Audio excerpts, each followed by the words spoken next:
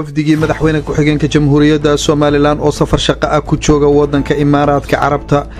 oo isla maantaba guda galay hawlihii ay u yimaadeen wadanka Imaaraadka Carabta ayaa kulan si weyn loo soo agaasimay la yeeshay Sheekh Mansuur bin Zayed Al Nahyan oo ah wasiirka madaxtooyada dalka Imaaraadka Carabta isla markaana ah mulkiilaha kooxda kubadda cagta ee caanka Manchester City ee wadanka boqortooyada Ingiriiska. wafdiga madaxweyne ku-xigeenka jamhuuriyadda Soomaaliland ayaa sidoo kalena la kulmay Mohammed Saif Al Suwaydi oo ah Abu Dhabi fan iyaga oo labada dhinacba ka wada hadlay sidii wax looga qaban lahaa abaaraha ba'an ee ka jira wadanka jamhuuriyadda Soomaaliland iyo sidii loo adkeyn lahaa xiriirka aadka u qotada dheer ee dhexmaray dalalka Soomaaliland iyo wadanka Imaaraadka Carabta. kulankan oo ahaa mid si weyn loo soo agaasimay ayaa madaxweyne ku-xigeenka jamhuuriyadda Soomaaliland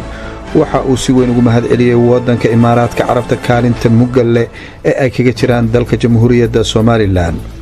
Sheekh Mansuur bin Zayed Al Nahyan oo ah wasiirka madaxtooyada wadanka Imaaraadka Carabta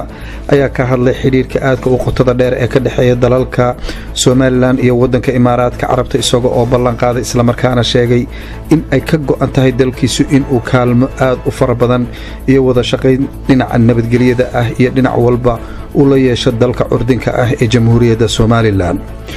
wafdiga madaxweyne ku-xigeenka jamhuuriyadda Soomaaliland ayaa waxa uu u muuqdaa mid wadanka Imaaraadka Carabta si ballaaran loogu soo dhaweeyay iyadoo ay madaxda wadamada Imaaraadka Carabta ay haatan saf ugu jiraan in ay la kulmaan wafdiga ballaaran ee uu hogaaminayo madaxweyne ku-xigeenka jamhuuriyadda Soomaaliland mudane Cabdiraxmaan Cabdulaahi Ismaaciil Saylici. dalmar wariye qays telefishinka qaranka jamhuuriyadda Soomaaliland Abu Dhabi wadanka Imaaraadka Carabta.